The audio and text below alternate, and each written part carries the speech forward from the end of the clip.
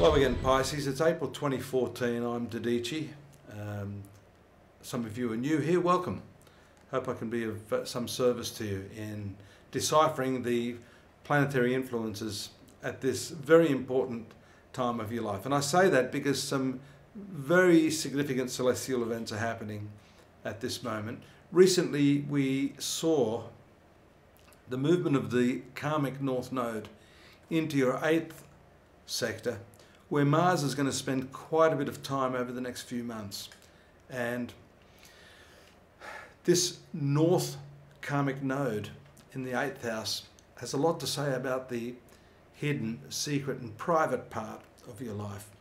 It is in fact the sexual or intimate part of the horoscope.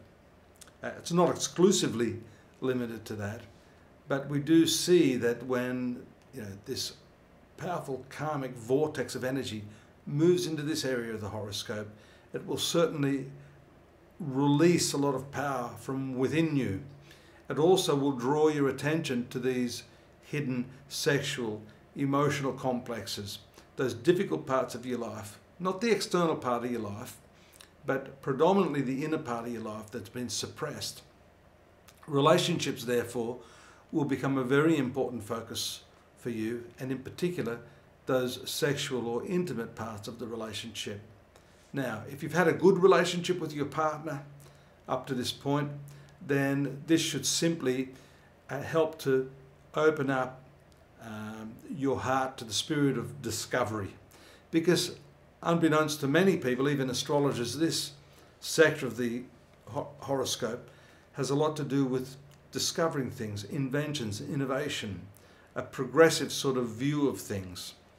And this is also important in terms of your cultural affiliations, the way you view culture, the way you view your community as a whole. Your attitudes towards that may also start to change at this time.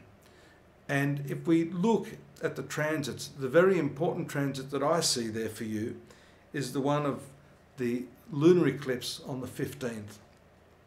And that's going to trigger these energies very, very strongly in this 8th sector.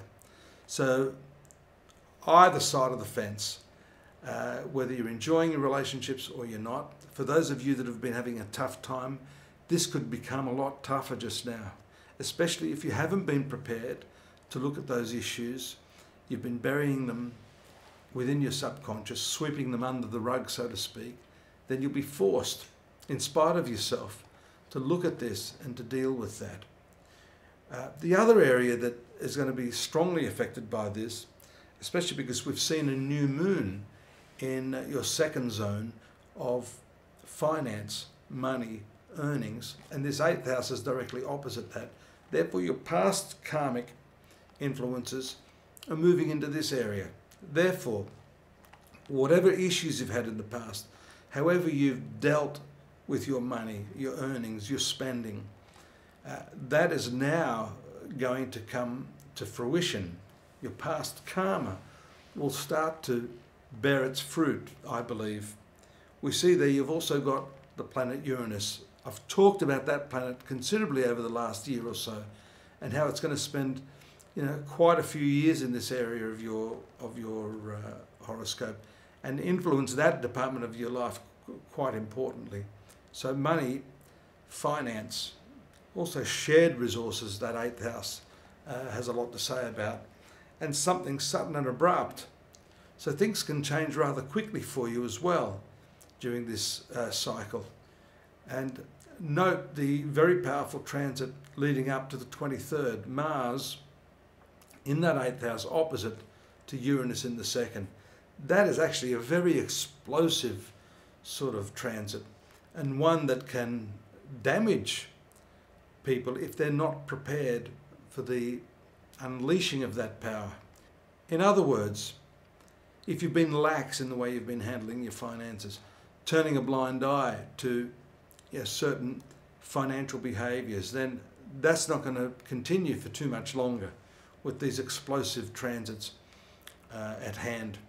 And as I've said, leading up to the 23rd. We see there are ways out of that. On the same date, Mercury moves to your 3rd house of communication and contracts. That gives you the opportunity to work through that and to communicate your way out of it. Now, if you don't do that, then that's just going to compound the problem. And we see that especially by the 29th, when a second eclipse this month, rather unusual, 2 in 1 month, Sun, again in the 3rd house, will force the hand there. Perhaps some group will take you to task for the way you're handling, or rather mishandling money. That could be the family as well. Siblings, in-laws, even children can maybe have a say in this and the way that you're handling yourself financially. So, Pisces, an important period. And as you've seen, a lot hinges on your sexual and emotional intimacy, and secondly, your finances, your shared finances, but more importantly, the way you view money, the way you handle money and you earn it. These are going to be the key issues over the next few months. And April will certainly bring a lot of these factors to a head. So be prepared for that, be open to change, and be prepared to take the initiative to make that change. Till next month, please join me at astrology.com.au. We have your daily, monthly and yearly forecast there in much, much more detail. Take care. I'll see you here again next time. Bye-bye.